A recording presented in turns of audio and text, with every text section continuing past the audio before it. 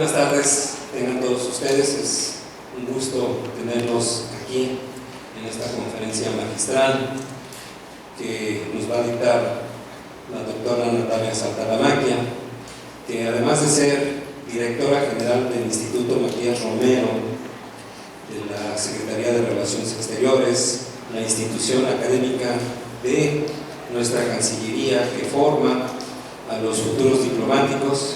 Ella también es vicepresidenta de la MEI y es también una destacada académica de Relaciones Internacionales, muy reconocida en el gremio de los internacionalistas.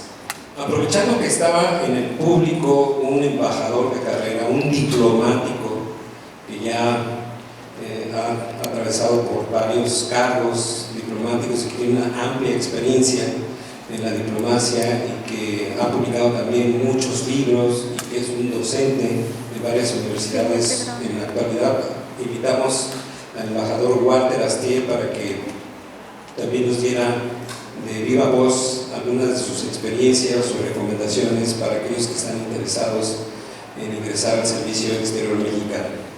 Bueno, entonces la mecánica de la sesión va a ser que le vamos a dar unos 30-40 minutos a la doctora Natalia Saltalamacchia y luego le vamos a dar unos 10 minutos al embajador Walter Astier y luego abrimos la sesión para preguntas y respuestas. Si todos estamos de acuerdo, pues entonces no había otra cosa más que darle el micrófono a la doctora Natalia Saltalamacchia, solamente para dar algunos datos curriculares. Ella es licenciada en Relaciones Internacionales por el TAM y tiene un doctorado en la Universidad Complutense en Madrid.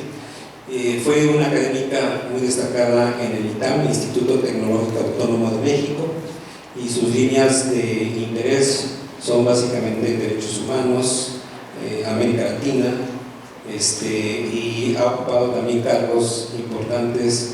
Por ejemplo, fue en algún momento directora de la carrera de Relaciones Internacionales en el ITAM y también estuvo como encargada de la revista Foreign Affairs por algún tiempo. Entonces, como ustedes pueden ver, pues ella es una destacada académica con un amplio currículum, pero que ahorita la Secretaría de Relaciones Exteriores nos las quitó por un ratito para dirigir el Instituto Matías Romero, que bueno, es una institución académica, pero Natalia está haciendo un excelente trabajo al frente del instituto. Natalia, muchas gracias por venir aquí a la MEI con nosotros. Muchísimas gracias. Gracias, buenas tardes, gracias a todos por estar aquí. Yo quisiera iniciar agradeciendo a nuestro presidente de la MEI, a Rafael Velázquez, felicitarlo por el enorme trabajo que ha hecho a lo largo de estos años al frente de nuestra querida asociación y agradecerle porque el impulso que le ha dado esta asociación es invaluable y yo estoy pues muy orgullosa de pertenecer y de formar parte de este importante espacio donde nos reunimos los internacionalistas del país y muy honrada además de que nos esté acompañando el embajador Walter Astier aquí en la mesa. La verdad es que nos hemos conocido a través del trabajo. Él es titular de la cátedra Fernando Solana que tiene la Secretaría de Relaciones Exteriores junto con la UNAM. Y bueno, para mí siempre una referencia porque como se ha dicho, ha escrito muchos libros, es uno de los diplomáticos escritores que tenemos en este país y pues es un placer compartir la mesa con él. Y bueno, agradecer la hospitalidad del señor rector Modesto Seara Vázquez, que la verdad es que cuando nos reciben aquí en la UMAR todo es extraordinario y nos da muchísimo gusto estar aquí en Oaxaca. Bueno, la idea de esto es, más que hacer una presentación en términos de conferencia magistral, a mí me gustaría que en algunos momentos pudiéramos interactuar y tener una suerte de diálogo sobre qué significa esto de la labor diplomática y sobre todo el ingreso al Servicio Exterior Mexicano. La idea de esta conversación es inspirarlos a ustedes para que piensen seriamente en esto como una opción de carrera profesional. Próximamente vamos a tener una nueva convocatoria al concurso de ingreso al Servicio Exterior Mexicano y bueno, hay que estar titulado, ¿verdad?, para poder pertenecer a este servicio, sobre todo para poder concursar. Sin embargo, si algunos de ustedes todavía no están titulados, pues es sembrar esta semilla, este interés para que la próxima convocatoria lo puedan considerar. Entonces, bueno, pues voy a hacer una plática sobre qué es esto. Déjenme contarles que el Servicio Exterior Mexicano está dividido en dos ramas. No sé si lo saben, hay una rama que es la diplomático-consular y hay otra rama que es la técnico-administrativa. Yo creo que la mayoría de los universitarios de la UMAR y del resto del país que están en este congreso, pues estarían aspirando a la rama diplomático-consular. Entonces voy a concentrar estas palabras en esta rama, pero desde luego con mucho gusto puedo atender preguntas sobre la rama técnico-administrativa del Servicio Exterior Mexicano. Y antes de hablar de detalles, ya me fui para atrás. Antes de hablar de detalles sobre los rangos y cómo está constituido el servicio exterior, yo creo que una conversación así se tiene que abrir tratando de explicar por qué es apasionante formar parte de la diplomacia mexicana. Esto desde luego se hace desde el servicio exterior como el cuerpo de funcionarios del Estado mexicano que tienen a su cargo ejecutar la política exterior, pero también es cierto que uno puede trabajar en la Secretaría de Relaciones Exteriores como internacionalista o como abogado apasionado por el derecho internacional sin ser miembro del Servicio Exterior Mexicano. Es decir, hay dos rutas. Hay rutas también que los llevan a trabajar como empleados locales o en algunos casos como artículo 7 en embajadas y consulados de México en el mundo. Pero desde luego pertenecer al servicio exterior significa tomar una decisión de qué quiero ser en la vida, ¿no? Porque esta es una decisión de vida, formar parte del servicio exterior. Y yo lo que quería era traer algunos ejemplos de que a mí me parecen apasionantes y digamos que ilustran lo que uno hace cuando es un diplomático de carrera. Y lo primero que ustedes pueden ver ahí, y yo lo estoy viendo de espaldas, creo que me voy a parar, si no les importa. Me parece más cómodo pararme aquí. Voy a romper el protocolo. Lo primero que les quiero enseñar aquí es la tarea que hacen los miembros del SEM cuando se encargan de la protección a los mexicanos en el exterior.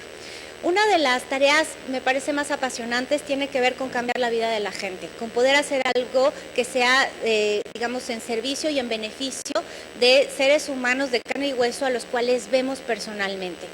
Antes se pensaba que la diplomacia era una cosa como de grandes pasillos, ¿no? Digamos, de cúpulas, de grandes líderes que se encuentran en foros internacionales que están lejanos del mundo cotidiano de todos nosotros. Pero hoy cada vez más la diplomacia tiene que ver con lo que hacemos con la gente directamente. Y esto se hace a través de nuestro trabajo en los consulados. México tiene una red de consulados muy importante, especialmente en Estados Unidos hay 50 consulados mexicanos, pero también tenemos embajadas en todo el mundo y esas son representaciones de México que están allí como uno de los puntales para atender a los connacionales que viven en el resto del mundo. Hoy en día se imaginarán con lo que está pasando en Estados Unidos, con el ambiente antiinmigrante que se respira, con la hostilidad que sufren nuestras comunidades mexicanas allá, que son muy amplias, pues este tipo de trabajo diplomático es importantísimo. Lo que les estoy mostrando ahí no se lee por un tema de imagen, pero es una de las cartas que recibieron recientemente en el Consulado de San Diego, felicitando a el equipo del consulado por un proceso exitoso que hubo de restitución de menores. ¿Qué significa esto? Había una madre que vivía en San Diego con el niño, con su hijo, el padre se lo había llevado a otro país y de manera ilegal, y entonces el consulado hizo todas las gestiones necesarias para devolver al niño al núcleo familiar con su madre. Y esto pues es una carta que ella escribe al consulado agradeciendo y diciéndoles, bueno, pues es una semilla, digamos, la última frase que dice ahí es gracias por lo que están haciendo por nosotros y espero que se llenen de bendiciones porque realmente le cambiaron la vida a esta persona. Entonces, este tipo de trabajo que se lleva a cabo en los consulados antes era visto como una cosa menos importante, ¿no? Menos importante que negociar un tratado internacional. Hoy en día, la Secretaría de Relaciones Exteriores tiene una definición muy clara respecto a la importancia que tiene el trabajo consular. Le llamamos de hecho diplomacia consular. Los consulados de México son pequeñas embajadas en los lugares en los que operan y tienen una gran cantidad de actividades que no tienen nada que ver con lo que se pensaba antes, por ejemplo, que era solo entregar documentos o de repente sacar una copia certificada de un acta de nacimiento. Hombre, esos son servicios que se dan y son importantes, pero vamos mucho más allá de eso. Los diplomáticos en estos lugares hacen, por ejemplo, este tipo de labor también, la repatriación de menores no acompañados. Ustedes pueden ver ahí en esa gráfica cómo a lo largo de, a partir de 2005 empezaron a crecer los niños que migran solos, los niños, niñas y adolescentes que migran solos. Muchos vienen de Centroamérica cruzando por México, pero también hay niños mexicanos que cruzan la frontera con Estados Unidos solos. Y la verdad es que se ha convertido en un problema también humanitario. Para eso, por ejemplo, la Secretaría de Relaciones Exteriores desarrolló un protocolo especial. ¿Cómo se atiende a un niño que está solo y que tiene miedo y que no sabe, digamos, cómo relacionarse con una autoridad porque obviamente está en una situación de absoluto cerrazón y de defensa? Los diplomáticos mexicanos hoy tienen un kit, el kit que preparó UNICEF con la Secretaría de Relaciones Exteriores para entrevistar a un niño no acompañado, para jugar con él, para enseñarle mapas, para poder obtener la mejor información posible para su beneficio y para restituirlo a su hogar en caso de que ese hogar sea adecuado, o ponerlo a disposición también del DIF para que piense cómo reintegrar a ese niño. Estoy, digamos, diciendo con este ejemplo que la diplomacia tiene que ver también con eso, con la relación que tenemos con los niños, con las mujeres, migrantes. Y aquí lo que les estoy enseñando son fotos de otro tipo de actividades que se hacen en los consulados. Los consulados, por ejemplo, tienen ventanillas de salud en donde se da a la gente, por ejemplo, hay campañas de vacunación, como les estoy mostrando aquí, información sobre cómo obtener servicios de salud, incluso si uno es indocumentado, porque tenemos socios, y esto es algo que hacen los consulados día con día, buscar socios con organizaciones sociales que están dispuestas a colaborar con esas autoridades y a brindar servicios, algunos de manera gratuita, otros de manera conjunta. Una parte la pone el consulado, otra parte la pone la organización, pero eso no sale así espontáneamente. Ese es un trabajo político que hizo la cónsul o el cónsul en ese consulado en específico, buscar a la gente que puede ser socia de estos programas.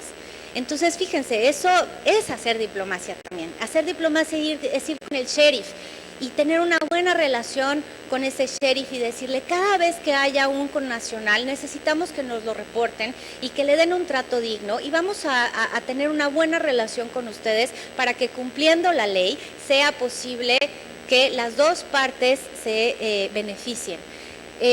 Tenemos en los consulados también lo que llamamos plazas comunitarias, en donde se dan educación a adultos mayores. Tenemos en los consulados ventanillas de asesoría financiera para que los connacionales aprendan a poner su dinero en el sistema financiero y no guardarlo debajo del colchón. Cómo es más barato y más eficiente mandar el dinero de regreso a casa a través de remesas. Y otra vez, para poder hacer eso, hubo algún cónsul, una cónsul que negoció las oportunidades mejores con las empresas que se encargan de esto. Todo eso es también hacer diplomacia. Y bueno, como sabrán, pues aquí lo que tengo es una sesión de asesorías legales. Una buena parte de la estrategia que hoy tenemos para defender a nuestros connacionales en el mundo, pero sobre todo ahora en Estados Unidos, se basa en asesoría legal. ¿Cuáles son las ventanas de oportunidad que tienen las personas que viven allá para, ya sea optar por una nacionalidad, si es que tienen esa opción, o optar por DACA, que ahora, bueno, estamos en un proceso, ¿verdad?, difícil con DACA, pero México trabajó mucho para que todos los que eran elegibles a DACA tuvieran la oportunidad de obtener esta posibilidad de tener un permiso de trabajo y de diferir su deportación por 2 años de manera renovable. Todo eso es un trabajo también diplomático, ¿no? Entonces, bueno, estos son ejemplos que tienen que ver con el área consular, y empecé por ahí porque la mitad del servicio exterior mexicano hoy en día, y les voy a enseñar unas gráficas, está trabajando en temas consulares, la mitad. O están en consulados o están en la parte de servicios consulares y de protección en la Secretaría de Relaciones Exteriores, o están en secciones consulares de embajadas. Pero esto les da una idea de que si uno quiere ser un diplomático mexicano, tiene que tener muy claro que el servicio exterior de nuestro país es un servicio exterior consularizado, y que lo que tenemos que pensar es que eso es apasionante, incluso si no hay modelos de atención consular como si hay modelos de Naciones Unidas en todas nuestras universidades, ¿no? Estamos siempre muy pendientes de esos modelos, porque los modelos de Naciones Unidas nos permiten aprender a negociar, a hablar en público, a defender una posición incluso si no creemos en ella. Esto es algo que los diplomáticos hacen. Incluso si la convicción personal no está en la posición que a uno le dieron la instrucción de defender, pues hay que defenderla con toda la fuerza y los argumentos posibles. Y para eso hacer modelos de Naciones Unidas es fantástico. Pero a veces eso nos confunde y pensamos que todos los diplomáticos van a ir a la parte multilateral. Y la verdad es que un porcentaje muy chiquito de los diplomáticos van a desempeñarse en funciones multilaterales. En todo caso, los que sí se desempeñan ahí, pues van a tener una carrera extraordinariamente rica, porque México es conocido a lo largo y ancho del mundo por sus contribuciones al derecho internacional, por sus contribuciones a la agenda global. Si yo menciono aquí a Alfonso García Robles, ¿a qué les suena?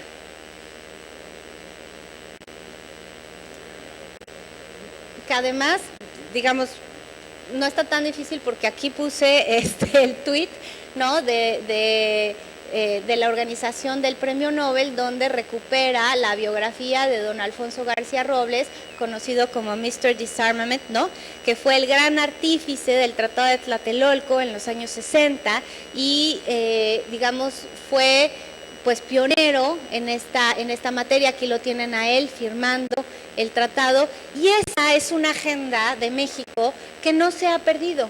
Es una agenda que sigue siendo muy importante en la Secretaría de Relaciones Exteriores, tanto que recientemente se firmó, ustedes seguramente lo saben, un nuevo tratado, un tratado que es mucho más ambicioso. ¿Cuál es ese tratado? El de prohibición de armas nucleares. La idea de que podemos prohibir la existencia de las armas nucleares. Eso es digamos, una aspiración que se tiene desde los años 60 y que hoy en día se concreta en un tratado que todavía le faltan 1000 cosas por pasar, porque la verdad es que ninguno de los estados poseedores de armas nucleares firmó este tratado. Ninguno de sus socios que están bajo la sombrilla de protección nuclear de esos países firmó este tratado. Es decir, todavía es un poquito testimonial. Pero así es como suceden los avances en el derecho internacional, de a pasito. Son generaciones y generaciones trabajando en la misma dirección. Entonces, si a alguien de ustedes le interesa esto, le interesa ser multilateralista, pues acá lo que vemos es una oportunidad para contribuir con estos pequeños granitos de arena. Los multilateralistas siempre dicen que ellos lo que hacen es construir catedrales. Y a lo que se refieren es que, si ustedes piensan, las catedrales se fueron construyendo poniendo los cimientos una generación y luego las siguientes piedras la siguiente generación, y cuando la catedral terminó por tener su última cúspide y su última campana, todos los que habían puesto los cimientos quizá no estaban ahí para verlo. Y esta es la paciencia y la dedicación que requiere un multilateralista, porque quizá no vaya a estar ahí para verlo, como en efecto, pues don Alfonso no está para ver que hoy en día en Naciones Unidas se aprobó un tratado de prohibición de armas nucleares, ¿no? Pero es una cuestión que requiere pasión y camiseta. Esto que les estoy enseñando aquí pues es obviamente el símbolo de ICAN, que es la coalición de organizaciones de la sociedad civil que empujaron junto con los gobiernos este tratado, y la persona que está aquí es la directora de ICAN, que está junto con nuestro querido embajador Lomónaco, que es nuestro representante en Viena, llevando a cabo, no, en Ginebra, que empujó junto con el equipo de multilateralistas esto, y pues ICAN en su momento, cuando recibieron el premio Nobel hace unos días, mencionaron el gran papel que la representación de México había jugado en avanzar esta agenda. Entonces es un motivo de orgullo para todos, es un orgullo nacional, pero también es un orgullo para los artífices que vieron ese pedacito al final. No saben los aplausos que hubo en la Cancillería el día que el subsecretario de Asuntos Multilaterales reunió al equipo para felicitar a todos y, digamos, reconocer su esfuerzo. Hay momentos así que se viven en la diplomacia, momentos de enorme satisfacción cuando hay una tarea cumplida. Más allá de la parte multilateral, a ver si no me equivoco, tenemos toda una cuestión de cooperación internacional al desarrollo, pero también a veces recibimos cooperación internacional del resto del mundo. Y a mí en esta plática me pareció interesante mencionarles que diplomacia es también generar la buena voluntad del mundo para que cuando tenemos un problema, el mundo entero se vuelque en nuestra ayuda, ¿no? Esto es producto de tener un peso específico en el sistema internacional. Este es el producto de que los mexicanos y las mexicanas que trabajan en la diplomacia sean capaces de generar esa buena voluntad. Esta gráfica que está aquí es un resumen de la ayuda internacional que recibimos ahora con los terremotos. Y pues pueden ustedes ver la gran cantidad de ayuda que tuvimos de distintos países como Estados Unidos, bueno, aquí está Japón, Israel, Estados Unidos, muchos países centroamericanos, lo cual es muy interesante. Mandaron algunas unidades caninas, mandaron algunos rescatistas, y la verdad es que es un ejemplo de reciprocidad, porque México ha hecho lo propio cada vez que ha habido un huracán o un gran terremoto en los hermanos países centroamericanos o en las islas del Caribe. Acá les enseño también fotos de pues todas las delegaciones de rescatistas que estuvieron aquí con nosotros. No sé si se enteraron de todas estas muestras de solidaridad. Los cubanos, por ejemplo, que tienen una muy importante diplomacia a través de sus médicos, mandaron doctores al país, las casas de campaña que mandaron los canadienses, digamos, hay una gran muestra de solidaridad. Aquí tenemos, por ejemplo, el equipo de rescatistas japoneses que fueron sumamente efectivos y que además se ganaron el corazón de la gente en los lugares en donde asistieron, y decían, su frase era, amigos de verdad, ¿cómo era? Era socios en la adversidad, cuates de verdad. Porque alguien les dijo a los japoneses que nosotros a los verdaderos amigos les decimos cuates. Y entonces su forma de expresar esto fue traduciéndolo de esa manera. Bueno, todo esto no pasa de manera espontánea. Esto es el trabajo de muchas décadas o años o siglos de una presencia mexicana en el mundo. Y también debo de decir, sucedió que el terremoto estaba en plena Asamblea General de Naciones Unidas en Nueva York, y entonces el canciller Videgaray estaba justamente allí en el corazón de donde están todas las representaciones del mundo reunidas, y desde ahí pudo articular todas estas ayudas de una manera mucho más eficaz. Y cuando volvió a México, y lo ha dicho él públicamente, sintió, digamos, pudo expresarnos a nosotros la satisfacción enorme que había experimentado él en primera persona, porque las ayudas se volcaban. ¿no? Porque lo que había que hacer era poderlas organizar eficazmente, porque ayuda había un montón, ¿no? Y lo que había que hacer era pues, hacer que eso fuera eficaz, que tuviéramos la posibilidad de administrarla de una manera adecuada. Bueno, para seguir en esta tesitura pues demostrarles los distintos tipos de trabajo que hace un internacionalista o un diplomático en funciones, también están las relaciones bilaterales. Las relaciones bilaterales son, desde luego, una de las formas más antiguas de llevar a cabo la diplomacia.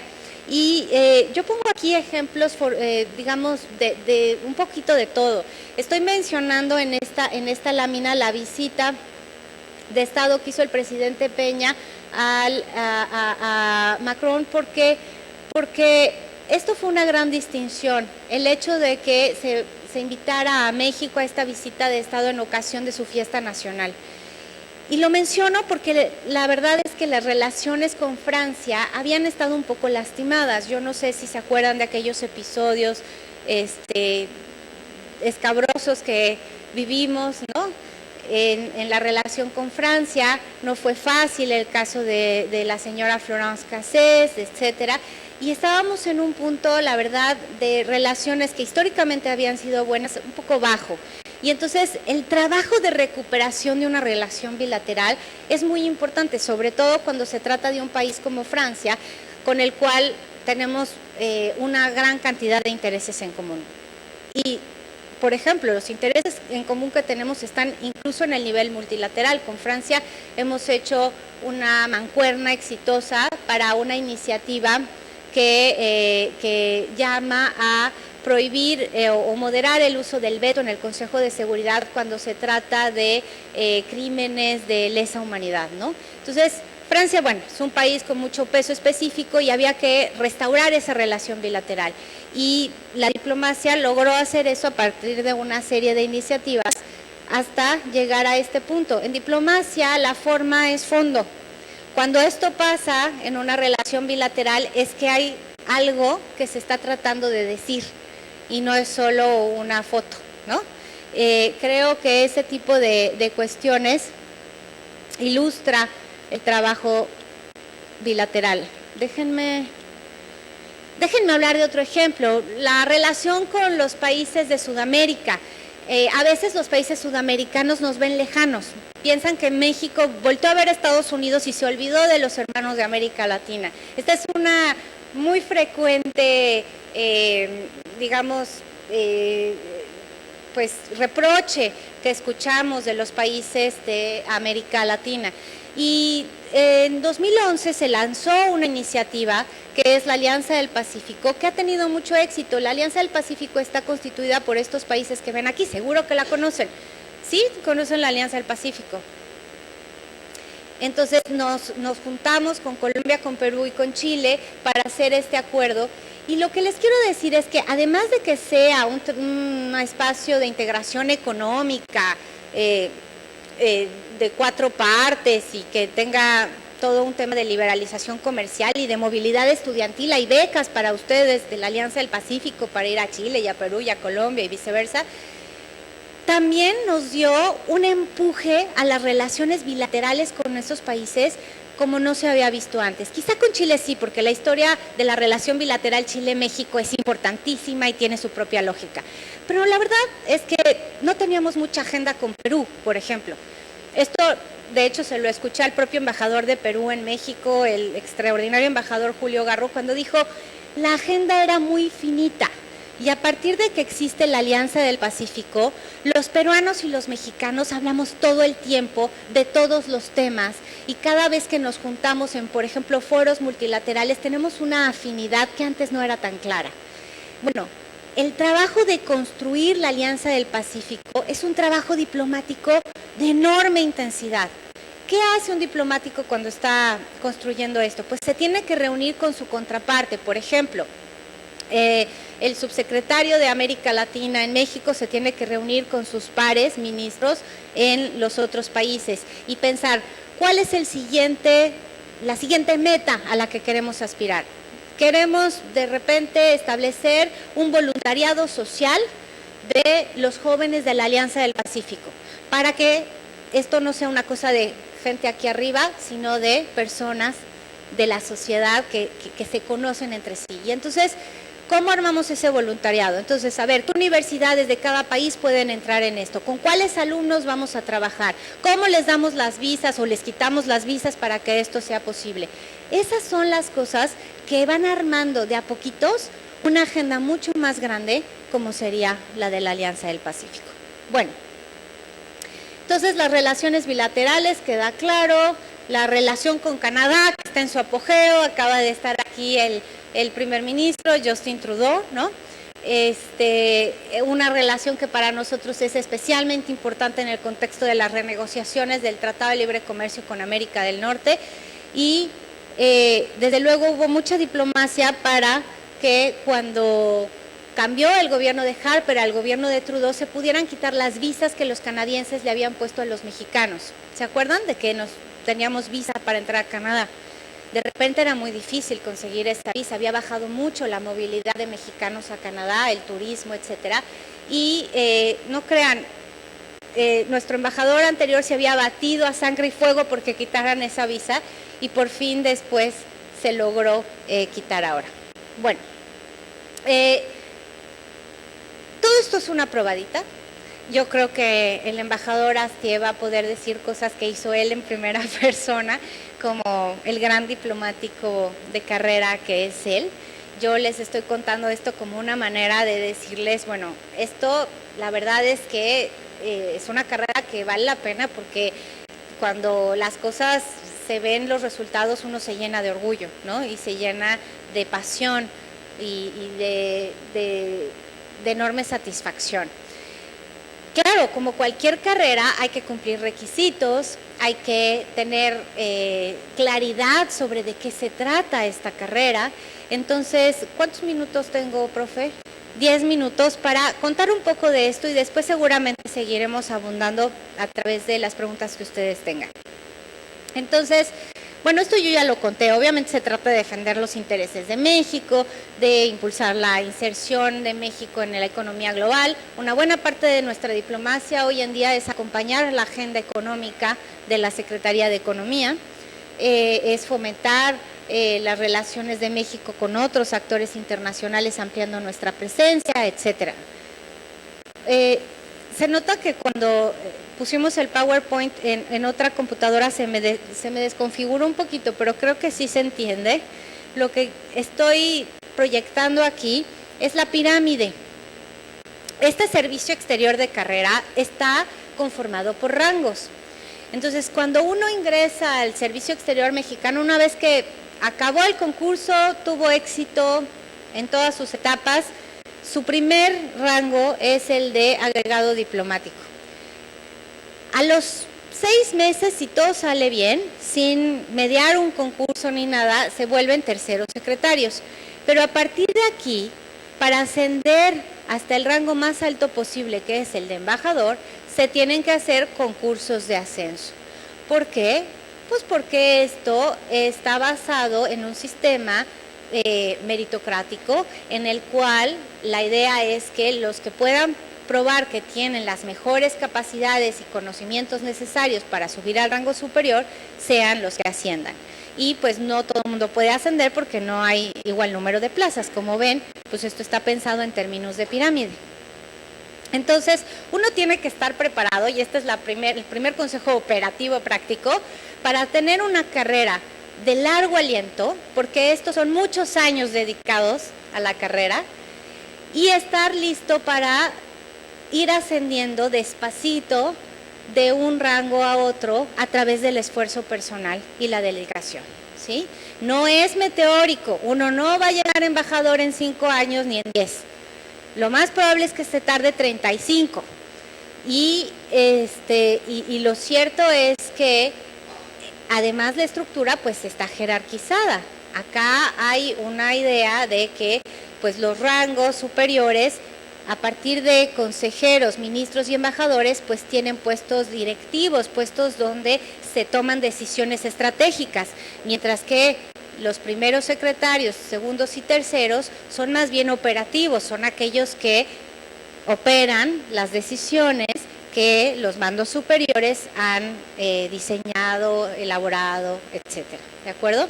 Entonces, yo lo menciono porque hay por ahí quien me dice que las nuevas generaciones, ahora llamamos mucho a estas generaciones millennials, no sé si ustedes se sientan millennials, pero hay muchos que dicen que las nuevas generaciones no tienen la perspectiva de verse desde jovencitos en una misma trayectoria y seguirla de manera perseverante a lo largo del tiempo.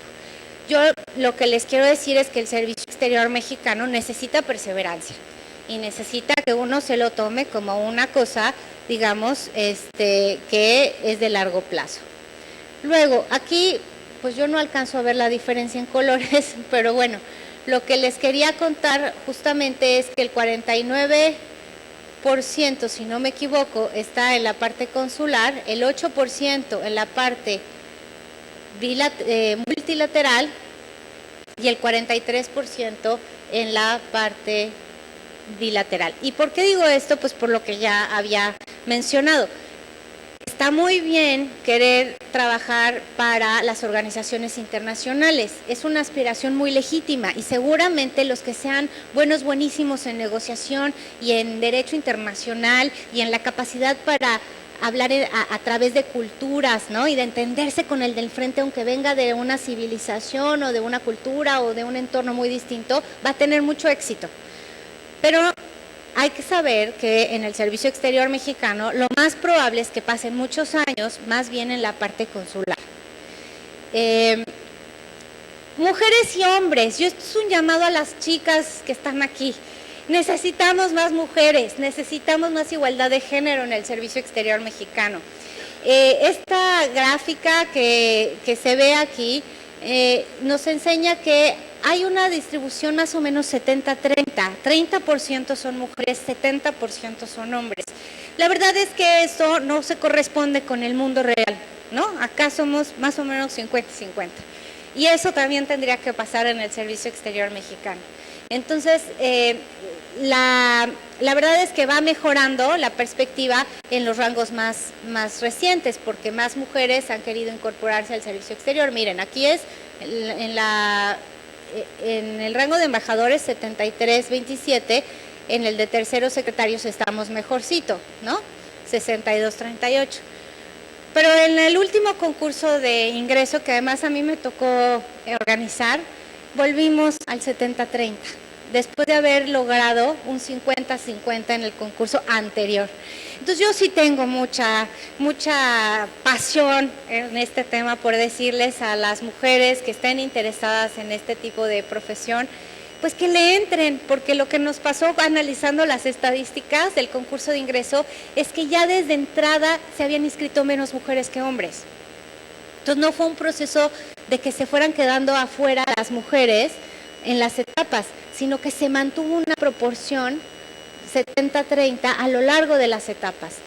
Ahora, ¿es posible tener una vida personal y una vida profesional en el Servicio Exterior Mexicano desde el punto de vista de las mujeres? Yo creo que es muy posible, que tenemos ejemplos de mujeres muy exitosas en el servicio exterior y que la tuvieron mucho más difícil porque la agenda de género no existía en ese momento. Hoy en día hay una agenda de género muy explícita que tiende a favorecer el desarrollo profesional de las mujeres en el SEM. Y yo tengo información sobre eso, pero como no me va a dar tiempo ahorita, si les interesa, la retomamos más adelante.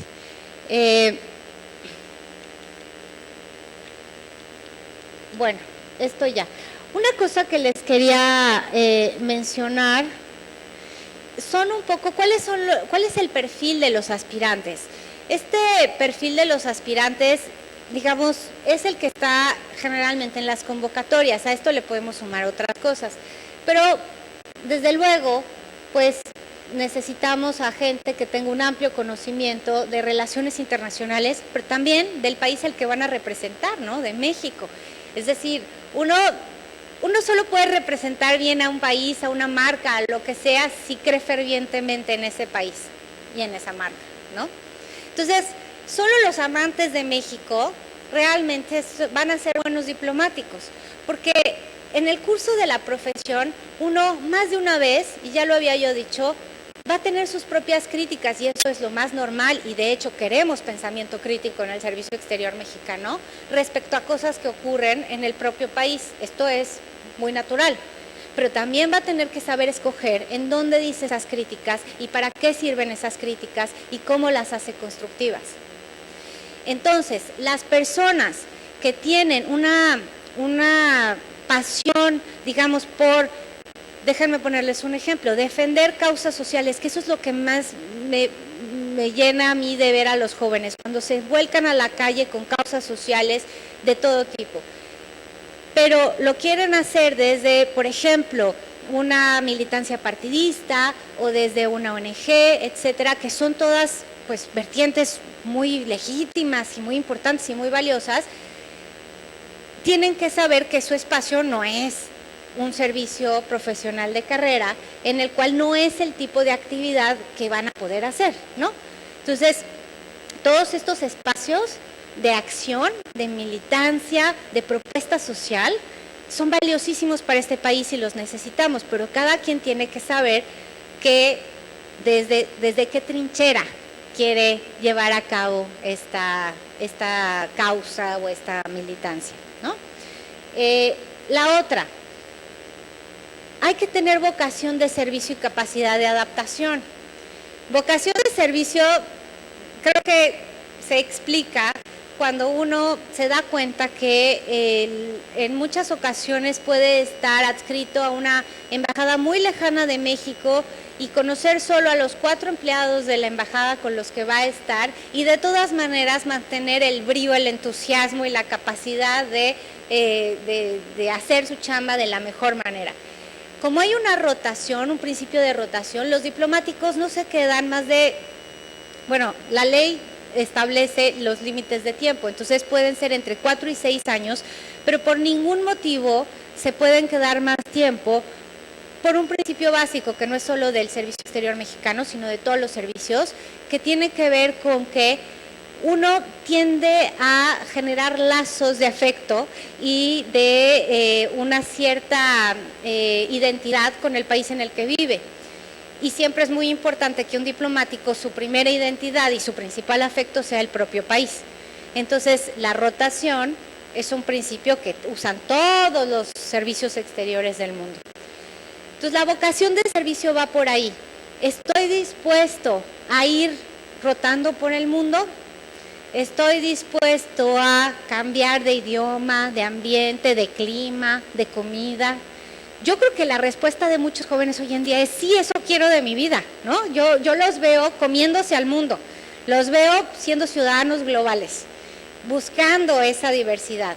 Si eso es lo que quieren, pues está ahí. Lo que pasa es que uno no decide individualmente, forma parte de un cuerpo que decide a partir de las necesidades de la propia Cancillería. La otra cosa, bueno, y por supuesto, capacidad de adaptación, como por lo que estoy mencionando. Y finalmente, esto ya lo había yo mencionado, es una carrera que lleva décadas para llegar a la cúspide y es una estructura jerarquizada. Entonces, es importante saber eso desde el inicio para que no haya después, digamos, sorpresas o frustraciones, etcétera. Ahora, ¿qué es lo que se necesita para ingresar al servicio exterior de acuerdo con las convocatorias? Desde luego, pues ser mexicano, de hecho, ser mexicano por nacimiento. Las personas que son mexicanas por naturalización todavía no pueden aspirar a ser miembros del Servicio Exterior Mexicano, entonces hay que ser mexicano por nacimiento. Que como ustedes saben, la Constitución dice que es mexicano por nacimiento no solo el que nace en territorio nacional, sino quien es hijo de padre o madre mexicanos, ¿no? Si uno tiene una doble nacionalidad, pues tiene que renunciar a su segunda nacionalidad para pertenecer al servicio exterior. Obvio, tener buenos antecedentes, porque pues un representante de México en el mundo no puede tener pleitos con la justicia, ¿verdad? La aptitud física y mental para el desempeño de las funciones, por eso es que parte del concurso, hacia el final, se hace un examen físico, y además hay entrevistas y hay un examen psicológico también dentro de ese examen, pues no pertenecer al estado eclesiástico, no ser miembro, digamos, representante de una iglesia, y mínimamente tener la licenciatura. Honestamente, cada vez más son los que tienen maestrías al momento en el cual están haciendo el concurso de ingreso. En esta generación que acaba de salir del Matías Romero, la mitad ya tenían maestría y la otra mitad tenían solo la licenciatura.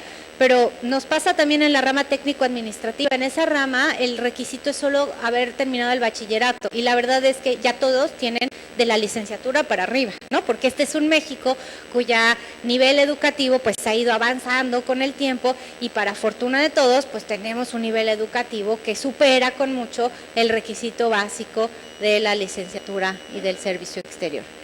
Bueno, ¿qué otro tengo aquí? Y estas son las etapas. Esto es un poquito más árido, profesor, entonces no sé si queremos discutirlo después o me lo salto o lo digo. ¿Lo quieren que vayamos por ahí? Sí. Ok. Como les digo, el PowerPoint, porque me da un poquito de pena que esté desalineado, porque así no se presenta un PowerPoint en público, pero es un tema de traslación entre un formato de PowerPoint y otro. A ver, venga, la primera etapa. La primera etapa consiste, bueno, primero, uno cuando ve la convocatoria, ¿no? Lo primero que tiene que saber es que va a entregar los documentos de arranque, o sea, los documentos probatorios de todo esto que les dije, que tienen un grado de licenciatura, que son mexicanos por nacimiento, ese tipo de cuestiones. ¿Qué haría yo si estoy interesada en esto? Iría a ver las convocatorias de los años pasados para ver los requisitos y ya preparar mis papeles para en el día 2 que sale la convocatoria mandarlos, ¿no? O sea, esto no hay ni por qué esperar. Luego viene la primera etapa. En la primera etapa tiene todos estos exámenes. El examen de cultura general orientado a relaciones internacionales, el examen de español, el examen escrito para comprobar el dominio del idioma inglés, y un examen que comprueba la capacidad de traducir desde uno de los otros idiomas oficiales de la ONU. A ver, ¿cuáles son los idiomas oficiales?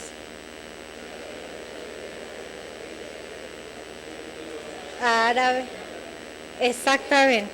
Entonces, pueden, por supuesto el inglés no cuenta, ¿no? Porque pues ya para eso tenemos uno. Entonces pueden elegir el francés, pueden elegir el ruso, pueden elegir el chino, y sí hay gente que lo elige, el árabe, y hay gente que lo elige. Y esto nos ayuda mucho la UNAM porque tienen, desde luego, la capacidad técnica de ofrecer profesores que saben leer y hablar y todo en todos estos idiomas. Entonces, nosotros nos aliamos estratégicamente con la UNAM para este tipo de exámenes. Les voy a decir una cosa, el examen, ¿cuál creen que sea el más difícil? Sí, en efecto, el examen de español es tradicionalmente donde se obtienen los resultados más bajos de la primera etapa del concurso de ascenso. Esto es, la verdad, interesante porque no es de una generación en específico, es a lo largo de las distintas generaciones del concurso de ingreso, el examen con menor puntaje es el examen de español. Entonces, yo creo que uno, sabiendo eso, tiene que ponerle, no ir con lo opuesto, ¿no? Sino prepararse para un examen que les va a preguntar sobre qué cosas, pues sobre gramática, sobre sinónimos y antónimos, sobre, de hecho, lectura de comprensión en español, sobre analogías entre palabras, sobre acentuaciones o el uso de mayúsculas, cuándo presidente es con mayúscula y cuándo es con minúscula. Todas estas cuestiones. Entonces, en realidad, no pueden ir con lo opuesto. Uno tiene que estudiar para el examen de español, porque no es solo como hablamos coloquialmente, es cómo se escribe con toda formalidad en nuestra lengua, ¿no? Luego, sobre el examen el de cultura general orientado a relaciones internacionales. Ese examen tiene 5 áreas temáticas que están aquí. Una área es sobre historia, geografía y cultura de México. Como habíamos dicho, si uno quiere representar a su país, tiene que conocerlo. Entonces, la historia y la geografía del país y desde luego las expresiones culturales, ¿no? Entonces, las típicas preguntas, como este es un examen de opción múltiple, las respuestas son cerradas. Entonces, ¿cómo se prepara uno para un examen de opción múltiple? Tiene que estar muy abusado con conocer datos que son importantes y ser capaz, más que de memorizarlos, de discriminar entre las respuestas correctas o incorrectas a partir de un conocimiento de cultura general amplio. No es tanto, digamos, los exámenes no están pensados para preguntar si la Primera Guerra Mundial empezó en 1910, 11, 12, 13 o 14, sino si empezó entre el 14 o en los años 20 o en los 30. Esa es la idea, o sea, saber que hay un conocimiento, digamos, sólido, pero no memorístico de la historia. Sobre política exterior de México, evidentemente. Entonces, las clases que han tenido de historia diplomática son importantísimas. Todo lo que tiene que ver con la diplomacia de México desde el México independiente hasta nuestros días. La parte de política y economía de México. A ver, ¿cómo está constituido el Estado mexicano desde el punto de vista legal y desde el punto de vista político? Entonces, la Constitución hay que conocerla bastante bien en esta parte en la cual nos habla de la división de poderes, los órganos autónomos, la integración de la Cámara de Senadores, de la Cámara de Diputados, los gobiernos locales, todas estas cuestiones que hacen, ¿no?, a la estructura política del país, pero también cómo hemos evolucionado en la transición democrática en México y cuáles son las principales fuerzas políticas, y desde el punto de vista económico, cómo hemos ido cambiando nuestros modelos de desarrollo económico a lo largo del siglo XX por lo menos y hasta el siglo XXI, cosas que tienen que ver con nuestro sistema económico. Derecho constitucional e internacional. Se imaginarán que la parte de derecho internacional es importante, incluso si uno no es un abogado de origen. Todos los internacionalistas, sospecho, hemos llevado a lo largo de nuestras carreras los fundamentos, ¿verdad?, del derecho constitucional mexicano, que sirve para hablar del derecho internacional público. Entonces, toda la parte que tiene que ver con la Convención de Viena, sobre el derecho a los tratados, todo lo que tiene que ver con relaciones diplomáticas y consulares, todas estas cuestiones evidentemente son importantes para prepararse para este tipo de examen. Y después, lo internacional, historia, política y economía internacional, sobre todo, últimamente nos hemos enfocado en actualidad política internacional. Si ustedes quieren ver un ejemplo de un examen de estos, para evitar que, no sé, hubieran peticiones individuales, mejor lo que hicimos fue poner un examen modelo en la página del Instituto Matías Romero, para que entonces todo el mundo estuviera en igualdad de circunstancias y todos conocieran cómo es un examen modelo para la rama diplomático-consular y otro para la técnico-administrativa. Entonces, los interesados pueden ir a la página del instituto y encontrar allí un examen modelo. Bueno, voy para atrás para, esta es, digamos, la etapa 1. Los que superan esta etapa pueden pasar a la segunda. Acá, la vez pasada participaron alrededor de 1,400 personas. Se lleva a cabo tanto en Ciudad de México como en 6 sedes de la República Mexicana. De hecho, en Oaxaca es una de las sedes. Ahora, los que pasan a la segunda etapa tienen todos que venir a México. Y de acá a acá, la diferencia es de 1,400 a 100. Entonces, es muy competido, ¿no? Este examen es muy competido. Acá hay un examen psicológico, un examen escrito de composición para comprobar el dominio del idioma inglés. ¿Por qué? Porque este examen de aquí es un examen más de opción múltiple, el de inglés escrito de arriba. El de acá es un examen en el cual demuestren otra habilidad, que es la de escribir, ¿no? Entonces, se hace un pequeño ensayo corto en inglés y se califica, digamos, ya no es una computadora la que lo califica, sino unos profesores que los leen. Después también hay que elaborar un ensayo sobre actualidad de política exterior, es decir, les damos 5 preguntas y les pedimos que de 4 a 5 cuartillas elaboren una respuesta, un ensayo sobre ese planteamiento de política exterior. Y un examen oral para comprobar el dominio del idioma inglés, entonces es 20 minutos de entrevista hablando con una persona especialista. Y finalmente, esto que son las entrevistas. Las entrevistas vienen a la Secretaría de Relaciones Exteriores en un horario que se les indica, y hay 3 sinodales. El sínodo está compuesto por siempre una embajadora o embajador de carrera, un funcionario de la Cancillería que puede o no ser miembro del SEM y un académico o académica de una institución de prestigio especializada en relaciones internacionales, como dice la ley del Servicio Exterior Mexicano. Entonces aquí, pues la verdad hemos tenido a insignes examinadores en esos concursos, ¿verdad? Porque pues claro, recurrimos a los más famosos e importantes académicos para que sean los que examinan en este examen. Y finalmente los que pasan aquí, que yo les había dicho 100 más o menos, estoy hablando del concurso anterior, bueno, pasan 35 acá, porque hay 35 plazas para ese concurso. La buena noticia es que el concurso que viene van a ser bastantes más plazas, con lo cual las posibilidades son un poquito más altas, ¿no? Todavía no se define exactamente el número, por eso no se los puedo transmitir, pero sí son más de 35 seguro. Entonces hay muchas más posibilidades en esta ronda de entrar. ¿Y aquí qué hay? Pues esto es lo que más me gusta a mí, porque es cuando los recibimos en el Instituto Matías Romero. Estar en el Matías Romero es una tercera etapa eliminatoria del concurso de ingreso al servicio exterior. Cuando están en el instituto y reciben un entrenamiento diplomático de hasta 6 meses, están todavía concursando. Y se trata de que demuestren que son capaces de cumplir con todos los requisitos académicos del Matías Romero.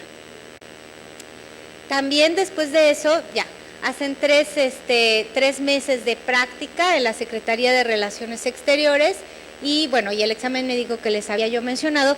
Y bueno, si todo sale bien, como sucedió con estos 34, había 35 plazas, pero fíjense, no, de aquí a acá pasó que no encontramos al 35. Entonces, aunque había 35 plazas, usamos 34. Eso también es posible, ¿no?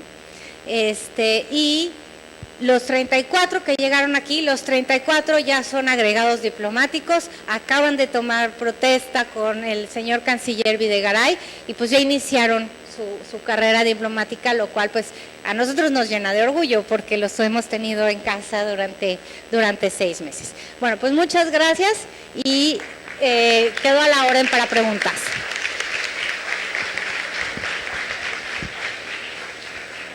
Muchas gracias a la doctora Natalia Saltalamacchia, en especial por el entusiasmo y la pasión que tiene para darnos esta información que es muy importante para los que están interesados en ingresar al Servicio Exterior Mexicano. Ahora le quiero dar la palabra al embajador Walter Asti para que nos platique de manera directa la experiencia que él tuvo o algún consejo en particular para los jóvenes que están aquí y que tienen ese interés.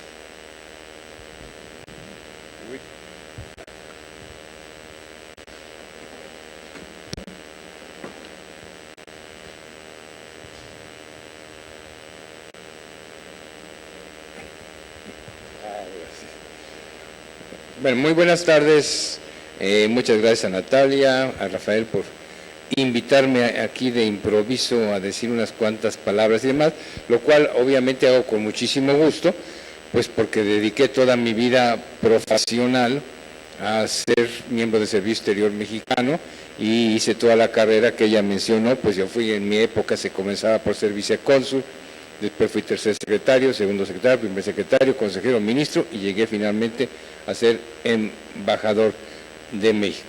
Y no solo pues lo hago esto con mucho gusto por haber hecho toda mi carrera en Servicio Exterior Mexicano, sirviendo a México, sino también porque fui director de lo que se llamaba en aquella época la Academia Diplomática del Instituto Matías Romero, y me tocó en su momento organizar 3 concursos de ingresos al servicio exterior mexicano.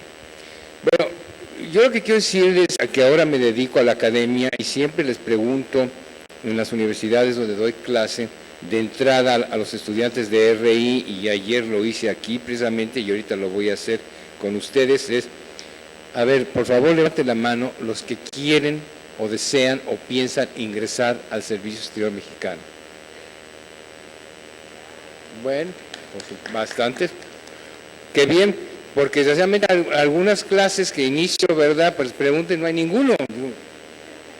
Claro, la relación internacional ya es un campo más vasto y demás, no necesariamente se tiene que ser diplomático, pero pues la aplicación práctica y concreta y más específica de las relaciones internacionales pues es ser diplomático. Sí, qué bueno que tantos de ustedes lo manifestaron, porque siento que en las nuevas generaciones, desgraciadamente, cuando entran a la universidad, a la licenciatura, no tienen muy claro qué es lo que quieren hacer cuando terminen la carrera. Y no sé, yo creo que en otras épocas nosotros lo teníamos más claro, y yo cuando ingresé a la Facultad de Ciencias Políticas y Sociales de la UNAM para estudiar la carrera de Relaciones Internacionales, yo sabía perfectamente que quería ser diplomático mexicano. Y pues a eso me dediqué y ahí me fui ya de lleno. Ahora, ¿qué les puedo decir? Que yo creo que como toda carrera de tipo que sea, pues tiene sus cosas buenas, tiene sus cosas regulares, tiene sus cosas malas, pues hay de todo.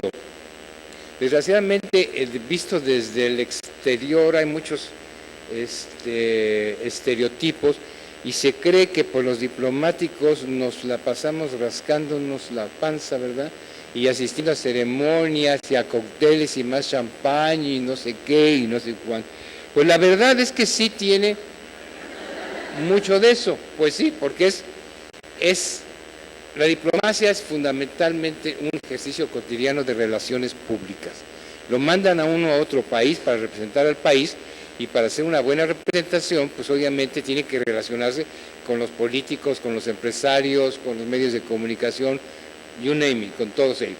Y claro, eso le da una gran variedad de posibilidades a la carrera de desempeño diplomático. Ya Natalia aquí hizo un panorama, nos presentó bastante detallado de pues cuáles son las actividades que se desarrollan en el mundo multilateral, bilateral, o en el más humanista que tiene el exterior, que es el consular.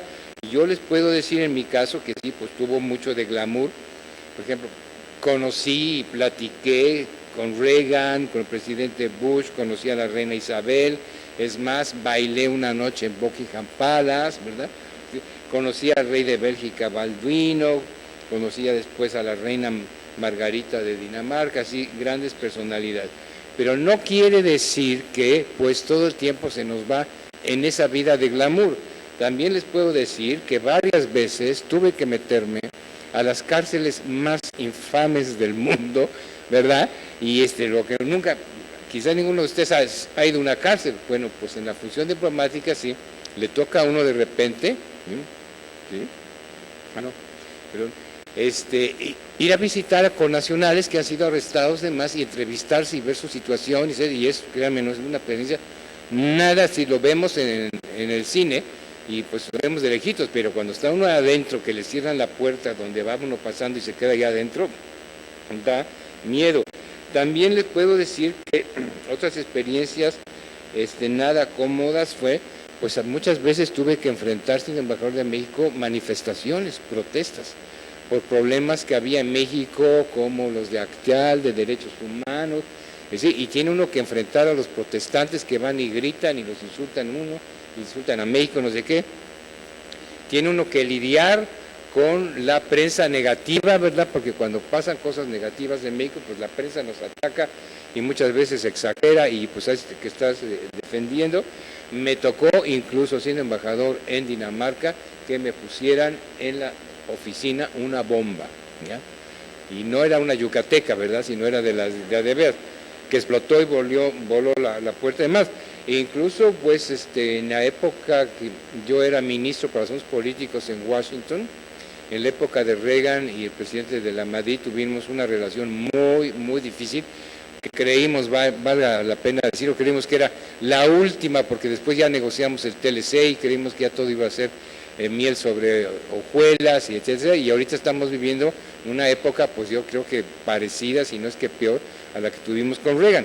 Y en esa época simplemente, pues, el servicio secreto o la CIA, pues no sabemos qué fue, nos seguía, nos espiaba. Y era horrible, porque además no lo ocultaban, no se trata como de James Bond, sino se trataba de intimidar y querían que nos diéramos cuenta que nos estaban siguiendo. Y entonces veía uno por el espejo, pues hay un carro parado atrás y tenía uno mucho que cuidarse a dónde iba y con quién iba y qué hacía. Entonces te digo, tiene sus bemoles, tiene sus cosas muy buenas. Estas cosas no son tan buenas, pero pues lo hace muy interesante, porque aburrido no lo es. Hay compañeros que les ha tocado estar en países donde hay guerra, donde hay revoluciones, donde hay matanzas, etcétera, etcétera.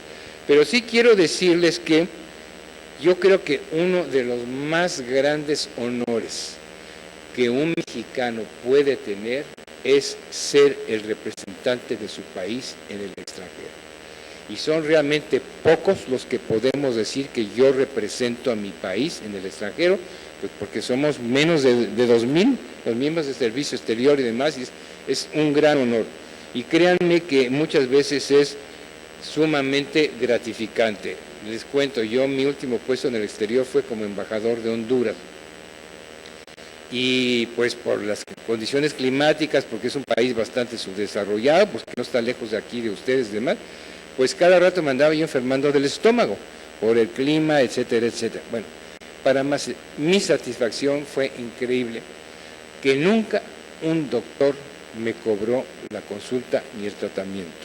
Porque cuando yo decía, doctor, ¿cuánto le debo?, me decía, embajador, yo no puedo cobrarle a usted porque gracias a su país soy doctor, soy médico. Eso aunado a otra cosa que mencionó Natalia, que fue ni más ni menos, pues es la cooperación en desastres naturales, la intervención que tuvimos en Honduras cuando el huracán Mitch devastó completamente, destruyó al país.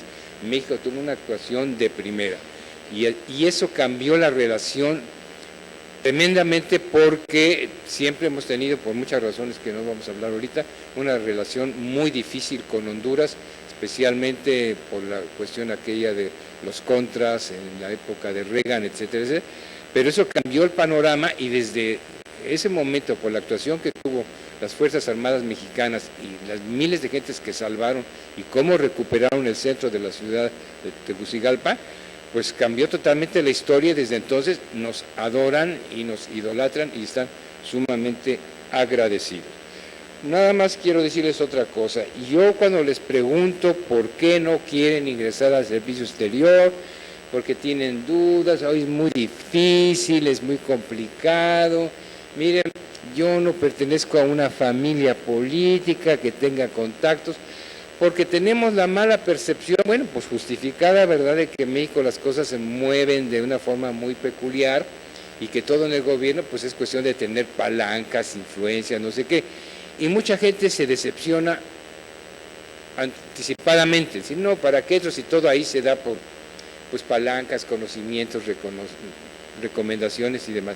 Quiero decirles que ahí hay excepciones bastante claras, como es el Servicio Exterior Mexicano. Y por eso tenemos un sistema tan complejo, tan complicado, que es de estos exámenes, porque ahí aseguramos que se trata de méritos, una meritocracia, ¿verdad? Y no nada más porque es primo del sobrino, del diputado, del gobernador, etcétera. Y además, yo lo viví, porque les digo, yo hice me tocó organizar 3 concursos de ingreso, y yo no vi que hubiera mañas de ninguna forma para favorecer a unos en lugar de a otros y no sé qué. El concurso es muy transparente y todo depende de la voluntad de ustedes. Y aquí, si se puede hacer carrera, no lo duden, porque mucha gente dice, ay, no, es que yo soy de provincia, es que yo no tengo un padrino político, no sé qué. Miren, yo soy un claro ejemplo de eso, que yo hice toda la carrera hasta llegar a ser embajador de México. Mi familia siempre estuvo en el sector privado, nunca se tuvo nada que ver con el gobierno, yo no tuve parientes ministros, ni gobernadores, ni Diputados, que me recomendaron no sé qué, y además soy producto de una universidad pública que yo estudié en la UNAM.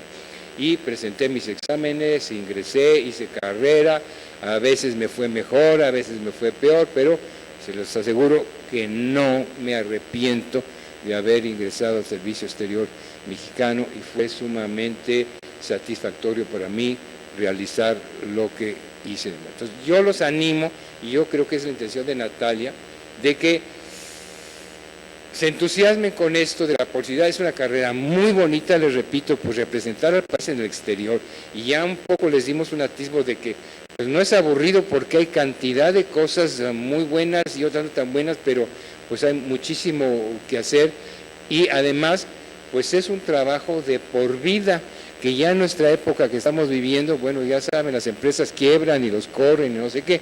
En cambio ahí el que entra al servicio exterior ya está asegurado que se va a quedar ahí hasta que se jubile. Que llegue a ser ministro, que llegue a ser embajador, pues eso sí, quizá no es posible, ténganlo en cuenta, que todos los que entran lleguen a ser embajador por la pirámide, porque tiene que haber menos embajadores que pues la gente de abajo, ¿no? Pero tienen una carrera de por vida asegurada y además con muy buenos sueldos, y la experiencia que se adquiere viviendo en tantos países, viendo otras culturas, no sé qué, que yo creo que es parte de la vocación de ser internacionalista, de tener curiosidad por otras culturas, por otras gentes, pues esta es la oportunidad de oro pues para vivir otras experiencias y enriquecerse estando en contacto con otras civilizaciones. Quedo a sus órdenes si quieren alguna pregunta, con muchísimo gusto.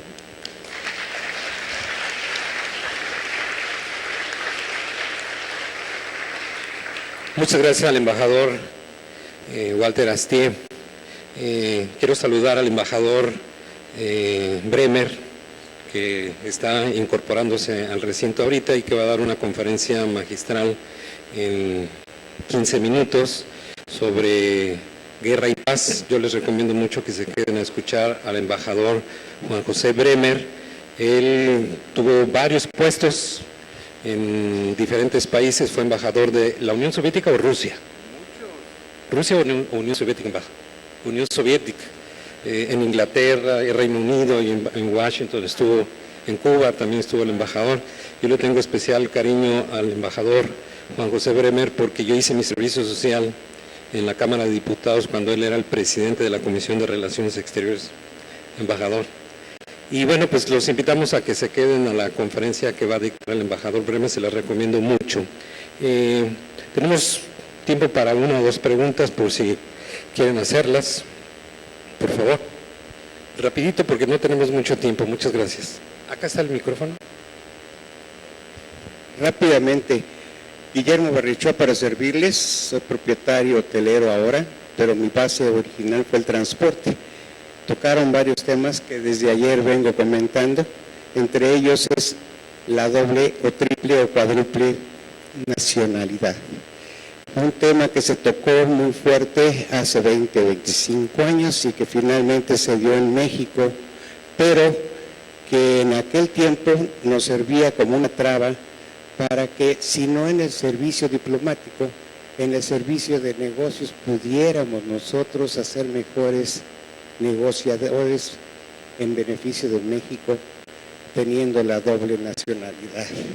Ahora pues, el transporte sigue siendo un problema, por lo mismo, porque nos pusieron barreras en el tratado anterior. Yo fui representante de México y sí, efectivamente es un gran honor representar a México en cualquier manera fuera de nuestro propio país. Y me tocó vivir cosas desde traducir las agendas con los representantes. ¿A dónde voy rápidamente? En que hay dos cosas que me siguen preocupando: la doble nacionalidad, y me sigue preocupando la situación del transporte dentro de los nuevos tratados. Ojalá ustedes pudieran hacer algo para que algunos especialistas que algo tenemos de experiencia pudiéramos compartir en estos aspectos. Muchas gracias. Recogemos dos preguntas y ya, pero rapidito porque tenemos solamente 2 minutos. Buenas tardes a todos, soy Daniel García, afortunado becario de la Cátedra Extraordinaria Fernando Solana Morales, y la pregunta es, ustedes ¿cómo consideran que deberíamos prepararnos para poder devenir como los viejos diplomáticos de oro, así de esa talla? Jaime.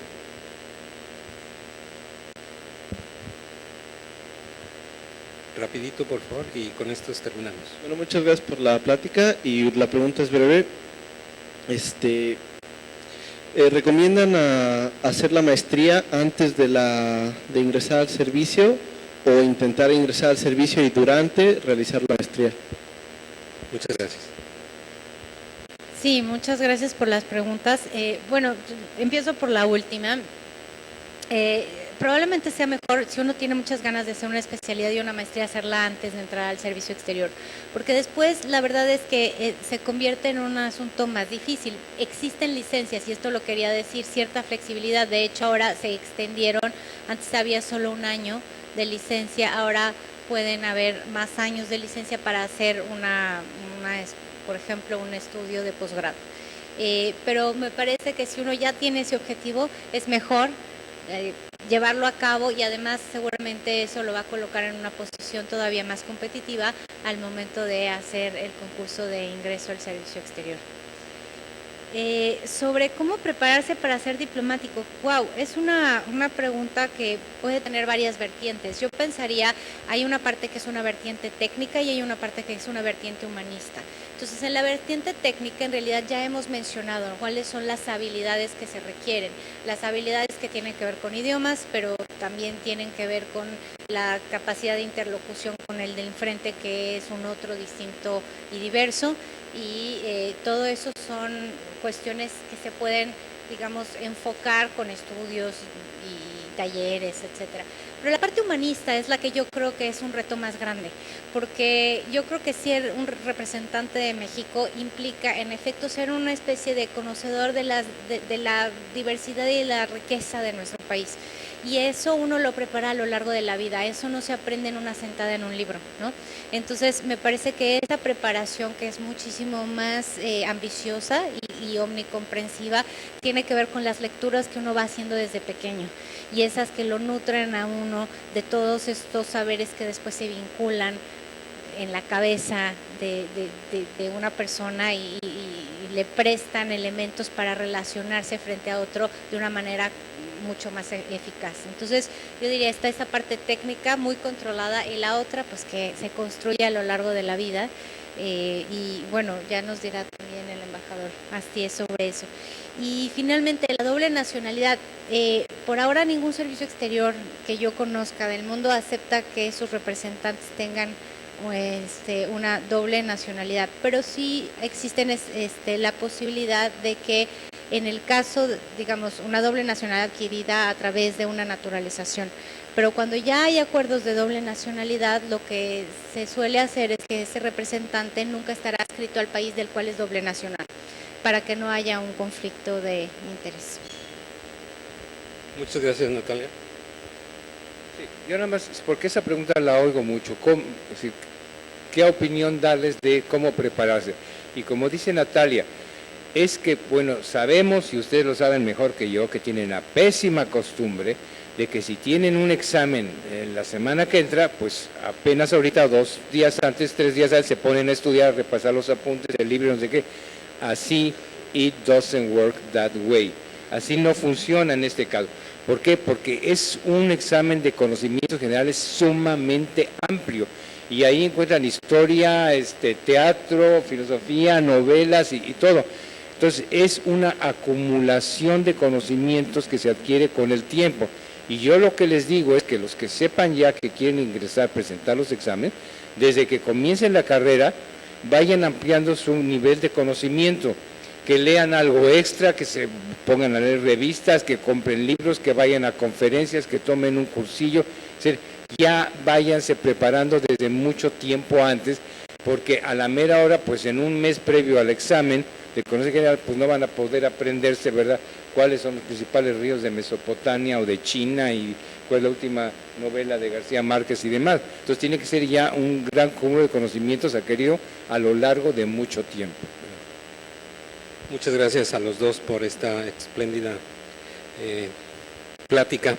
Y solamente me resta entregarle a la doctora Natalia Santalamaquia el reconocimiento que le hace la Asociación Mexicana de Estudios Internacionales por darnos esta charla. Natalia, muchas gracias.